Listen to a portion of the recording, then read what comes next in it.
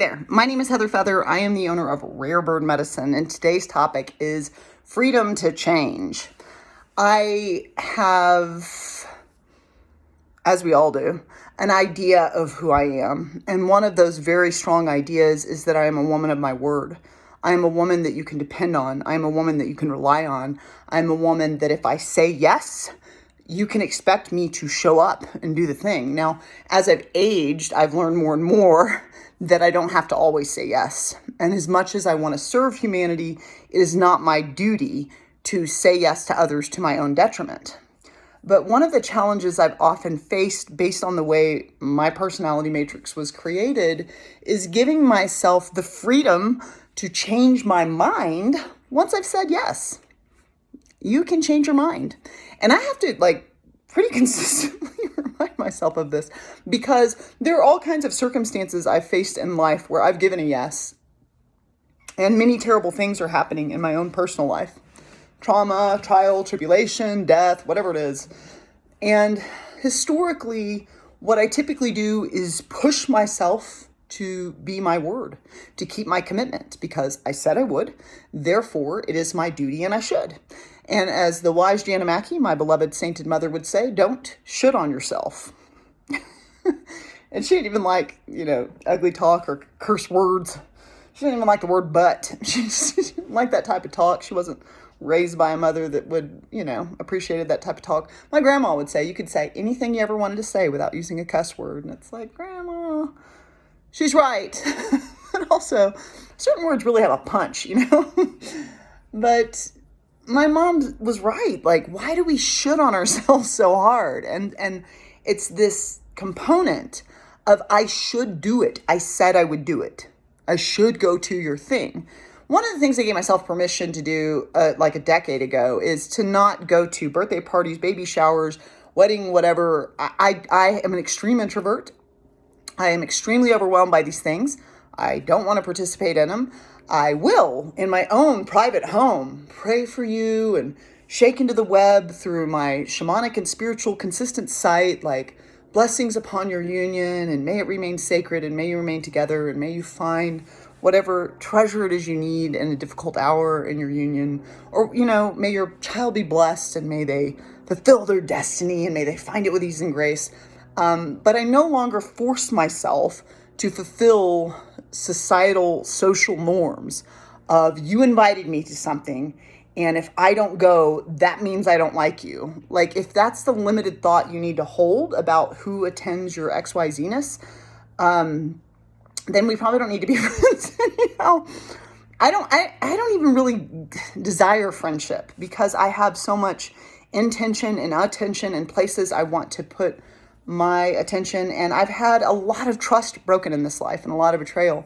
And there are probably ways I marinate often about my failings and my failures and how have I failed myself by not being the woman I say I want to show up as, which often for me is to be as much like my mom as I can be, because she was amazingly loving and accepting and attentive and just generous and kind and spiritual and divine and holy and sacred in mind and heart and spirit. She was just a hell of a being. And so that intention that I hold often causes me to place a lot of pressure on myself to be the things my mom would talk about. My mom would talk about integrity a lot. She would talk about honesty a lot. She would say to me, Heather, integrity is a choice. And if you choose it, you get to take it with you everywhere you go. Everywhere you go, it will be with you. But it is a choice you have to make. And integrity means being honest. And integrity, I asked Mom about that once because I was like, I don't know, I feel like integrity is like this nebulous word. What does it really mean? And she said it means being the truth. Being the truth with yourself, being the truth with others. It's truthfulness in action, right? That's integrity.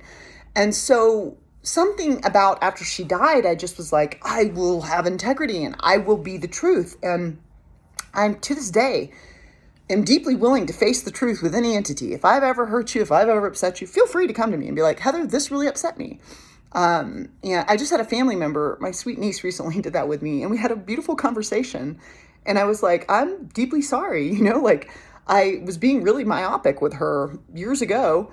and I did something that was hurtful. And she was bold enough and brave enough to come back to me and to be willing to change the dynamic of being upset on that with me. And I was so grateful. I feel almost compelled to continue to apologize to her, because I would never, the way she perceived the experience with me is not a way I would want her to experience me. And I wish I could take it back, and I can't. But we're all going through different things in different hours. And my best, just like yours, every day changes. And so that's the thing. Life is full of change, and change is the order of the day, all day, every day. And if that's going to be the order of the day, you too are free to change. You're free to change your mind. So I made a commitment to a dear friend of mine that I dearly love that I would do something in a couple of days. And I woke up this morning dreading it and just feeling like I can't do it. Now, can I do it? Yes. How do I know? Because I have spent a lifetime forcing Heather to do the things she's committed to. If I said I'll do it, I'll do it. You can depend on me. I'm ride or die. I want you to know, because it engenders trust. If I tell you I'm going to do something and then I do it, your experience with me will be one of trust. And if I continue to do what I say I'm going to do, you're going to know that you can depend on me. I'm dependable. I'm trustworthy. I'm honorable, right? The thing about life is, though, because change is the order of the day, all day, every day, my life is constantly changing. And when I committed to do that thing, it was several months ago, and well before my brother died, my cat died, my friend Tio died. It was well before I was facing the response in myself of 3 deaths. Death causes cognitive grief, which means your brain kind of turns to mush. You're a lot of bit, with 3 deaths, less able to process. And currently I'm juggling 3 jobs. And it takes all of my power to get up every day and juggle all 3 jobs. It takes a lot of my power every day to just get out of bed and get dressed and do yoga and do my thing, do what I do. And I'm already pushing myself. So today I made an agreement with myself, and I made an agreement with myself a couple of years ago, but it's hard. It's so hard for me, where I would give myself the freedom to change my mind, because my life is full of change. And a yes for me 3 months ago, a yes for me 6 months ago, is not necessarily the same yes today, because all these things have happened in my life. And I've changed, and I'll change again, because change is the order of the day, all day, every day. Even if you feel stuck and redundant and like you're always the same, if you really think about who you were 5 years ago, 10 years ago, 20 years ago, for me, that's 30 years ago, 35 years ago, 40 years ago. If I really sit and think about, I've come a long way, baby. I highly recommend playing the song Fat Boy Slim, Praise You, and dedicating it to yourself and praising yourself, because you've come a really long way. And part of the evolution of Heather Feather on this journey is to give her permission to change her mind to make a yes and no. I've had a lot of sexual assault experiences from not feeling like I have the freedom or the permission to say no when something becomes no. It's just like, I guess, maybe I led you on, or I guess I just have to put up with this, And it's like, just take one for the team, I guess, or just push through it. I've just pushed myself through a ton of experiences, not just egregious crimes, but a ton of experiences that I didn't want to have.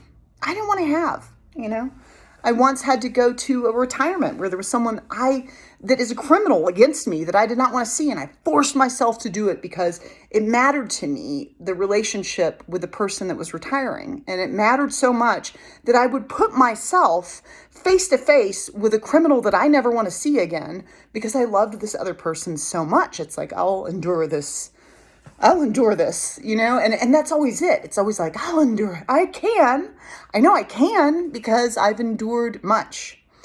I also know I'm a fallible human, and there are many 2-leggeds in this world that may feel they've had to endure me because I'm not a saint. I didn't agree to be. I have my own growth, and I have my own evolution work, and I'm stewing in that a lot this week, wanting to talk to you more about Heather Feather's growth, Heather Feather's evolution work.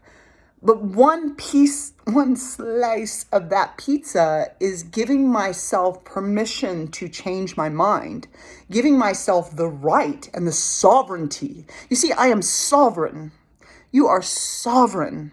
Sovereign means you are the authority. You are the way, the truth, the light, the law. You are the one that is directing the ship called your life. And you have the right to turn a yes into a no. And you have the right to change your mind.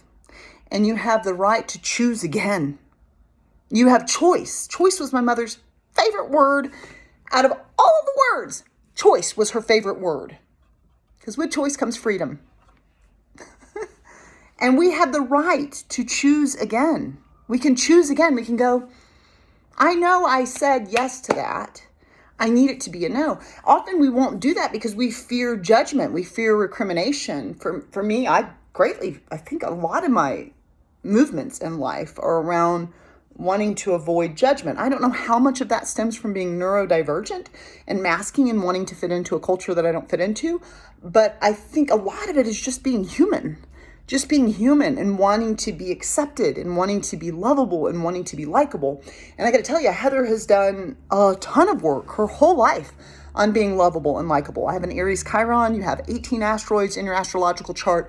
Aside from your natal birth chart, there are 18 asteroids that each have a different function. Like your Juno is who you'll be in a partnership and a marriage. Well, your Chiron is going to be your wounded healer. It's the thing you naturally give others, but you struggle with yourself. And mine is an Aries. So one of the things that I naturally can give to others is self-esteem. I can point in yourself to why you should have a healthy esteem about who you are, because I can so quickly and so easily see what's so lovable about humanity, all of it. And yet I can struggle with that myself. And so part of my active practice is to have the esteem to know that my life is to be lived for me. My two favorite words, because there's two for me, although I do love the word choice, great choice at mom, are home and family. And so for me, when it comes to family and when it comes to home, there is a tremendous amount of duty that I feel. And still, even when it comes to home, family, friendship, beloved, you are going to be with you every breath. And if someone truly loves you, they would not want you to dishonor yourself by giving to them if you have to suffer.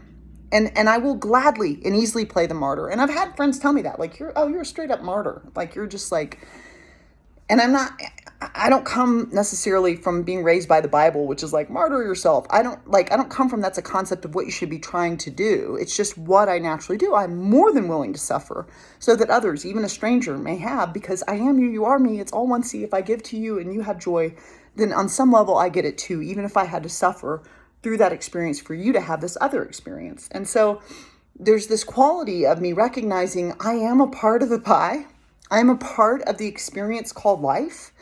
And it does matter how it feels to me to be free enough to change my mind and to say, I know I said yes, and I need to apologize to you because I'm going to need to make that yes a no. And the problem is I could have told this person much sooner if I had given myself permission to do that. But instead, I'm only telling them 48 hours before the event because it's just like, this is a no. This is a no. It's like, it's clearly a no for me. I don't feel like I have the brain capacity. I don't have the attention span. I don't remember what I wanted to talk about. I'm having a hard time, like, making videos, maintaining my own business, which has two facets to it, which is individual clients and classes, and juggling these other two jobs that I have right now, in addition to rare bird medicine. And it's a lot because I have cognitive grief and I'm depressed. So can I honor Heather enough to give her the freedom to change her mind? And that may incur judgment, but judgment is the smallest, most paltry sum of what any two-legged can hand you. Of all the things that they could give you, the greatest is love.